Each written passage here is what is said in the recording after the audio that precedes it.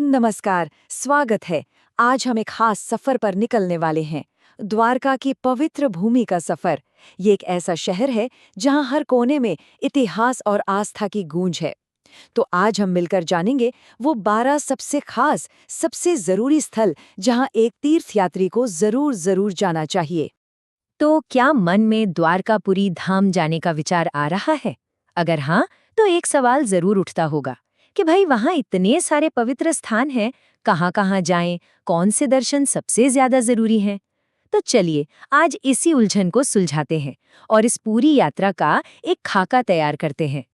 देखिए, शास्त्रों में भी कहा गया है कि द्वारका की तीर्थ यात्रा असल में तब पूरी होती है जब इन 12 खास जगहों के दर्शन कर लिए जाएं।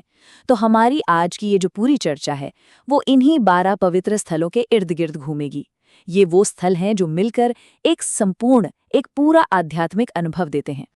तो फिर देर किस बात की? चलिए शुरुआत करते हैं। और शुरुआत होगी बिल्कुल द्वारका के दिल से, मतलब देवताओं के मुख्य निवास स्थानों से।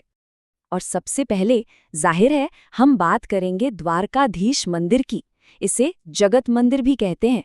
और ये सिर्फ एक मंदिर नहीं है, इसे समझिए भगवान कृष्ण का शाही दरबार, उनका राजमहल।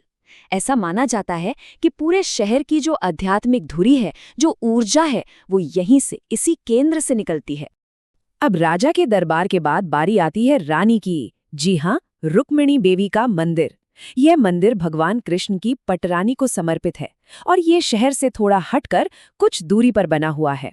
और जानते हैं, इसके इस तरह अलग होने के पीछे एक ऋषि के श्राप की बड़ी ही दिलचस्प कहानी है, जो इस जगह को और भी खास बना देती है। तो यहाँ एक बड़ी मजेदार बात देखने को मिलती है। एक तरफ है द्वारकाधीश मंदिर, जो शहर के अंदर है, बिल्कुल राजशी शानो शौकत का प्रतीक। और दूसरी तरफ है रुक्मिणी देवी का मंदिर, जो शहर के बाहर है और प्रेम और समर्पण की एक बिल्कुल अलग कहानी सुनाता है। मतलब एक है द्वारका के राजा, तो दूसरी है द्वारका की रानी। और जब तक दोनों के दर्शन ना हो, यात्रा अधूरी ही मानी जाती है। चलिए, अब मुख्य मंदिरों से थोड़ा आगे बढ़ते हैं। अब हम उन जगहों को देखेंगे जहां भगवान की लीलाओं की कहानियां, आप कह सकते हैं, आज भी सांस लेती हैं। ये वो जगहें हैं जहां भक्ति के पद चिन्ह आज भी मौजूद हैं और हर श्रद्धालु इन्हीं को महसूस करने तो यहाँ आता है। और इस लिस्ट में सबसे पहले नाम आता है बेद द्वारका का। ये एक द्वीप है जिसका आध्यात्मिक महत्व बहुत बहुत गहरा है। अरे ये वही पवित्र जगह है जहां भक्त सुदामा अपने दोस्त राजा कृष्ण से मिलने के लिए बस मुट्ठी भर चावल लेकर पहुंच गए थे। दोस्ती और सच्ची भक्ति की इससे खूबसूरत कहानी और क्या हो सकती है ना? और आज के समय में इस पवित्र द्वीप तक पहुंचना बहुत आसान हो गया है, सुदामा सेतु की वजह से। ये एक लंबा नया बना हुआ पुल है, पर ये सिर्फ एक पुल नहीं है। ये सिर्फ जमीन के दो टुकड़ों को नहीं जोड़ता। ये तो जैसे अतीत की उस प्यारी सी कहानी को आज की हमारी भक्ति से जोड़ता है। अब हमारी यात्रा का अगला पड़ाव है गोपी तालाब। यहाँ की कहानी भी बड़ी खास है।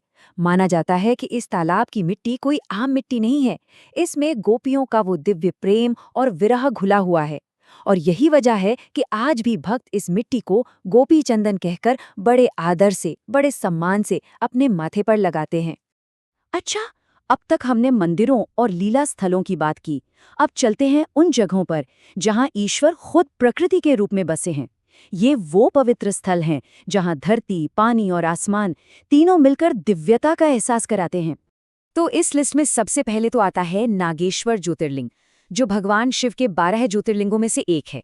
मतलब शिव यहाँ प्रकाश के एक स्तंभ के रूप में विराजमान है। फिर आता है द्वारका बीच, जहाँ समुद्र की लहरें और ठंडी हवा मन को एक अलग ही शांति देती हैं। इसके बाद है गोमती घाट, गोमती नदी में पवित्र स्नान करने के लिए। और आखिर में समुद्र नारायण मंदिर। ये मंदिर ठीक उसी जगह बना है जहाँ गोमती नदी समुद्र में मिलती है। क्या खूबसूरत संगम है। ये सारी जगह हमें प्रकृति के जरिए परमात्मा से जोड़ती हैं। और अब हमारी यात्रा के आखिरी पड़ाव पर चलते हैं। ये वो जगह हैं जो थोड़ी मार्मिक हैं, जो भगवान कृष्ण की इस धरती पर अपनी लीला समाप्त करके अपने धाम वापस लौटने की कहानी से जुड़ी हैं। तो देखिए, ये घटनाएं एक क्रम में हुई। सबसे पहले आता है प्रभास क्षेत्र। ये वो जगह है जहां यदुवंशियों की इस धरती पर लीला समाप्त हुई। इसके बाद आता है भालका तीर्थ। ये वो पवित्र जगह है जहां से भगवान कृष्ण ने अपने दिव्य धाम मतलब गोलोक वृंदावन जाने की तैयारी की। गोलोक वृंदावन जो उनका हमेशा का निवास है। सच कहूं तो ये वो स्थल हैं जो मन में बहुत गहरे विचार और एक तरह का वैराग्य का भाव जगाते हैं। तो इन 12 पवित्र जगहों से गुजरने के बाद एक सवाल मन में जरूर आता है कि तीर्थ यात्रा का असली मतलब क्या है? सबसे गहरा आध्यात्मिक अनुभव आखिर मिलता कहाँ है? और इसका जवाब शायद हर किसी के लिए अलग-अलग होता है। ये तो हर तीर्थयात्री की अपनी श्रद्धा, अपनी भक्ति पर निर्भर करता है ना?